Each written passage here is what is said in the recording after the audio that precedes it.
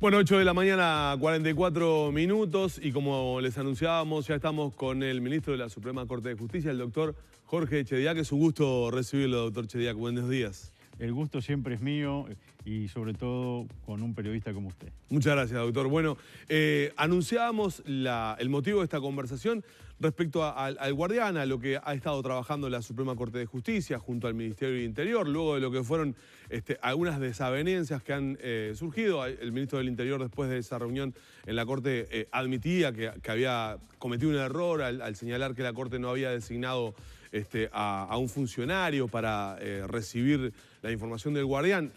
Por otra parte, la Corte también hacía un mea culpa en cuanto a no haber reclamado esa información. Y a partir de ahí surge que las telefónicas también han puesto algún reparo para entregar información. Concretamente, ¿cuál es el punto allí? Bien, nosotros necesitamos dos listados.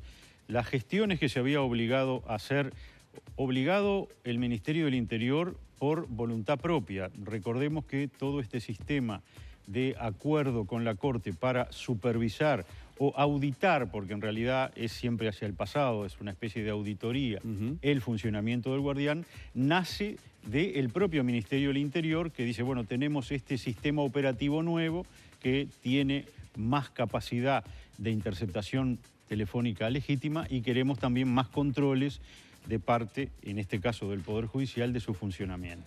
Había ahí dos líneas, una era la información que de nuestras propias autorizaciones de interceptación telefónica por parte de los jueces, más de 100 en el país, nos hiciera con un listado ordenado el propio Ministerio del Interior, tomándolo de sus propios sistemas internos, y eso es necesariamente, se debe contrastar con una segunda lista que es, bueno, quienes efectivamente habilitan las autorizaciones en la parte operativa son las empresas prestadoras de los servicios. Lo hemos dicho, la empresa de todos, Antel, Movistar y Claro. Exacto. Así que ahí se requieren dos cosas: las órdenes de la solicitud de la policía, la aquiescencia del fiscal, la orden de juez dentro del SAIL, que decíamos Sistema de Interceptaciones Legales, el funcionamiento del Guardián, que no se conecta automáticamente, y la orden que llega a las prestadoras de servicio, que son quienes hacen la conexión final. Necesitamos los dos listados, los de las órdenes judiciales y los de las interceptaciones efectivamente realizadas. También había quedado el Ministerio del Interior en hacer gestiones para firmar convenios con cada una de las prestadoras de servicio a los efectos de que nos brindaran los datos o de ver qué tipo de datos nos podrían brindar. Para aclarar, hay datos que aparentemente son estadísticos, que incluso uno piensa podríamos ponerlos hasta en la página web del Poder Judicial, como decir, bueno, qué número de interceptaciones se realizaron en determinado periodo. Hay datos que pueden ser más sensibles, vinculados, por ejemplo, a qué números de celulares, qué números de teléfonos fijos o qué correos electrónicos son los que fueron interceptados. Lo que el Ministerio nos puede dar, nos empezó a dar, es su listado, el listado de las órdenes de interceptación que se recibieron del Poder Judicial. Necesitamos el segundo listado, vamos a tratar de llegar a un acuerdo con las prestadoras de servicios el jueves 25 a las 10 de la mañana a los efectos de obtener ese segundo listado. Quieren cotejar un listado con el otro, tienen que coincidir, digamos. Exactamente, tienen necesariamente que, más allá de las complejidades de hacer coincidir los listados, tienen que coincidir. Digo complejidades porque hay modalidades de interceptación, decíamos, se interceptan teléfonos fijos, celulares y correos electrónicos, y del otro lado hay tres compañías que en un caso intercepta todo, en otro no, está más limitado, claro. Pero bueno, ahí hay que hacer la discriminación por compañía, por periodo. Luego el tema se complica aún más muchas veces porque por una orden que de un juez termina dando de autorización para interceptar legalmente, allí puede derivar operativamente más de una interceptación, porque el juez con una orden puede estar autorizando que a usted o a mí nos intercepten el celular, el teléfono de trabajo, el teléfono fijo del domicilio y de repente uno o dos correos electrónicos. Entonces, eso lleva cierta complejidad. Va a haber seguramente que vamos a tener que desarrollar algún software que haga las comparaciones de listas. Para que la gente lo tenga claro, ¿quién es el que solicita la interceptación? Para empezar, la interceptación en general la solicita una oficina de la Policía Nacional. O sea, una unidad policial dice, tengo sospechas sobre tal persona y le pide a quién, al juez o al fiscal la interceptación. Bueno, antes, cuando se diseñó el sistema, todavía no estaba vigente todavía no estaba el nuevo Código del Proceso Penal. Entonces, era el juez pasaba en vista al fiscal y luego volvía al juez y el juez daba la orden o no. Ahora es más sencillo.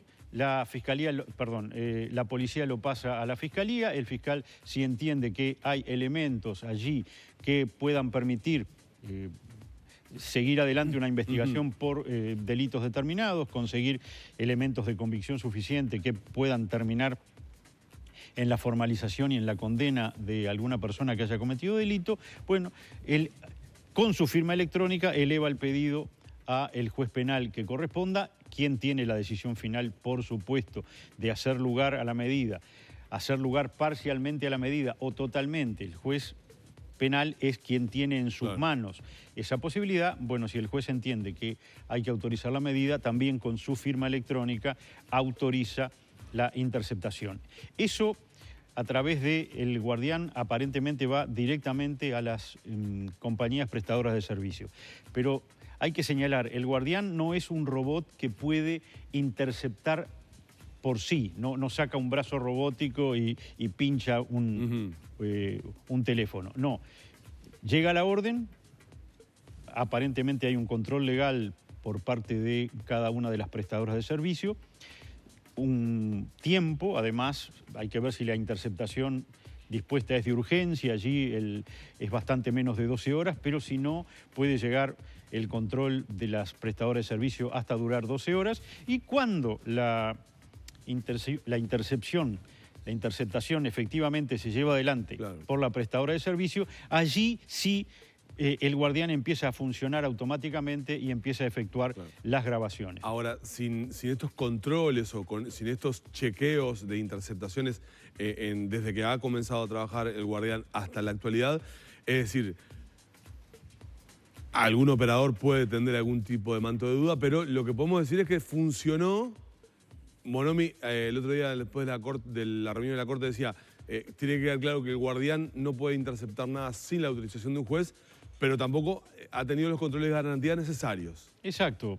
Tenemos el mismo marco constitucional y legal de siempre, desde que hay teléfonos, desde que se hacía a pedal o a tracción a sangre, y había, como usted sabe, una multiplicidad de servicios que podían desde la policía solicitar a un juez una interceptación telefónica. Tenemos, para empezar, el artículo 28 de la Constitución de la República, que repite una norma que viene desde la Constitución de 1830, cuyo aniversario hemos celebrado en el día de ayer, que establece la inviolabilidad de las comunicaciones. Y luego tenemos 2 o 3 artículos del Código Penal que, si bien básicamente tienen pena de multa, establecen como delito la interceptación de no solo correspondencia, sino la telegráfica, la telefónica, y por supuesto está abarcado también las redes sociales, aquellas que pueden ser interceptadas con nuestra tecnología.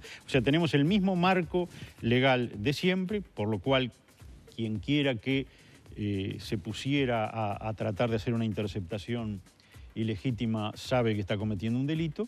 Y además tenemos una imposibilidad tecnológica en el caso del guardián. Hay otros sistemas, nos dicen, en otros países que pueden hacer interceptaciones por fuera de las prestadoras de servicios, incluso sin que se enteren las prestadoras de servicio, pero aparentemente el guardián no lo puede hacer. El guardián requiere que haya ese último paso humano de parte de la prestadora de servicio, que es que conecte, intercepte ella el celular o el teléfono y conecte allí, sí, al guardián, que automáticamente empieza a grabar las comunicaciones. Y yo le quería preguntar, ¿podemos estar tranquilos de que no hay otros sistemas paralelos fuera de la formalidad y la legalidad? Yo creo que lo que podemos decir es, fuera de la formalidad y de la legalidad, sería una organización delictiva, aunque lo hiciera el Estado. De hecho, además, es un agravante que sean funcionarios públicos los que puedan realizar interceptaciones ilegales. En el Uruguay no hay norma alguna que habilite a otro tipo de interceptaciones, como nos señalan que hay equipos de seguridad, equipos especializados en otros países, en otras democracias, que tienen problemas de terrorismo, que tienen otro tipo de problemas, que para casos extremos sí tienen tecnología que permite, sin demora alguna y sin control ninguno, llegar a determinada situación e interceptar toda una zona. Uruguay no lo tiene, no tiene marco legal ni constitucional que lo establezca, así que si así se hiciera, si hubiera alguna interceptación ilegal, se estaría cometiendo un delito y eso debería, por supuesto, de haber elementos que pudieran avalarlo, debería ser investigado por la Fiscalía y el Juzgado Penal correspondiente. Doctor, ¿qué pasaría si ustedes reciben ahora las listas de las telefónicas? Ya tienen inicialmente un listado del Ministerio del Interior que va a ser completado en los próximos días. Ustedes reciben la lista de las telefónicas y a la vez van a tener ustedes también el reporte de las autorizaciones que han otorgado los jueces en este tiempo. O sea, por hablar de alguna manera tendrían 3 listados: el del Ministerio del Interior, el de las telefónicas y las autorizaciones de los jueces. Si no hay coincidencia allí, ¿qué pasaría? Bien, simplemente para aclarar, dos listados, porque el listado del Ministerio del Interior es el listado de todas las órdenes judiciales que recibió en todo el país. O sea que ese es el nuestro. Bien, perfecto.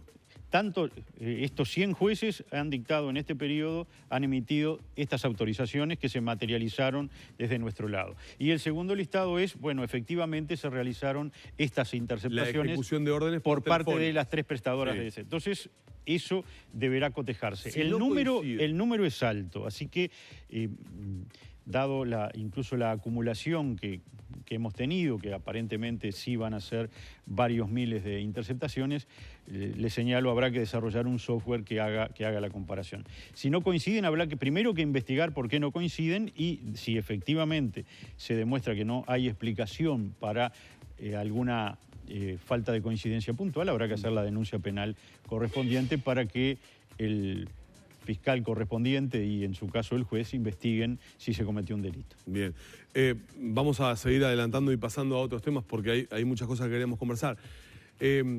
Todos los días en los noticieros estamos hablando, un día sí y otro también, sobre la fuga de Cárcel Central de 4 personas que estaban allí bajo distintas situaciones, pero que estaban en Cárcel Central, y que de hecho una de ellas es una de las personas que era más buscada por Interpol, o que había estado en los años anteriores como más buscadas por Interpol. ¿Cómo ha quedado Uruguay a nivel internacional luego de esto? No hemos quedado bien parados para nada y afecta, o por lo menos perjudica, la imagen, yo creo que merecida, de país serio que en lo institucional tiene el Uruguay. Seguramente esto no debió haber pasado de ninguna manera. Deberemos todos, el Estado uruguayo, tomar nota y tratar de evitar este tipo de situaciones. Lo hemos dicho en el caso concreto de Cárcel Central, y usted lo recordará, es una piedra que ya hemos pateado, no es la primera vez que nos pasa, es una cárcel obsoleta, vulnerable. Sin duda que incluso el modelo de cárcel urbana que linda directamente con viviendas y está separada por nada, por un alambre de la ciudad. Eso pasa mucho en el interior, por ejemplo, hay cárceles departamentales en el interior que están insertas en las ciudades. Sí, van quedando, ¿no? Son, por eso decimos, son obsoletas. Todo departamento que construye una cárcel departamental o una cárcel regional desde los últimos años siempre es en las afueras, porque eso es lo que permite cierto aislamiento, perímetro o doble perímetro de seguridad y un cierto tiempo de respuesta cuando inevitablemente puede darse algún tipo de fuga. Si en realidad alguien puede pasar a un inmueble lindero, bajar y tomarse un taxi en la puerta, estamos en situaciones de extrema vulnerabilidad. En este tipo de perfil que usted señalaba de presunto delincuente, el establecimiento debió ser de mucha más seguridad que la cárcel central, que nunca fue de alta seguridad, es una cárcel pequeña que sí puede servir provisoriamente de centro de entrada y distribución, de clasificación y distribución de las personas, pero no como establecimiento de reclusión. Ayer el doctor Juan Gómez, acá en el estudio de La Tarde en Casa, decía que un hecho delictivo como un homicidio acaecido en zona 4 fue investigado por policías corruptos que hoy están justamente de hecho en prisión por hechos de corrupción y que taparon testimonios y prueba importante. ¿Cómo ve usted como operador judicial situaciones de este tipo? También inevitables pero preocupantes. Hay que luchar contra la corrupción en todos los niveles, desde, diría el expresidente Jorge Valles, del primero al último. Por eso deben realizarse controles y auditorías internas en todos los organismos a los efectos de, si bien el fenómeno puede ser inevitable, acotarlo y prevenirlo, porque estos hechos de corrupción, aunque sean puntuales, arrojan un manto de dudas sobre el funcionamiento de todo el sistema. Es decir, nos genera a todos, ciudadanos y autoridades, un marco de incertidumbre sobre, bueno, en este caso lo hemos descubierto, fue así, no habrá otros, no habrá pruebas viciadas, no habrá situaciones en donde no se llevó adelante una investigación, no se derivó hacia otro cauce la investigación por un tema de corrupción, por ejemplo, de estas mismas personas que puede haber pasado o no, pero el manto de duda está. Así que la corrupción es un fenómeno que pervierte y deslegitima todo el sistema democrático. Debemos todos luchar a brazo partido contra ella. Doctor, si nos quedan pocos minutos, ya estamos cerrando la entrevista. En pocos meses abandona la Suprema Corte de Justicia por la actividad.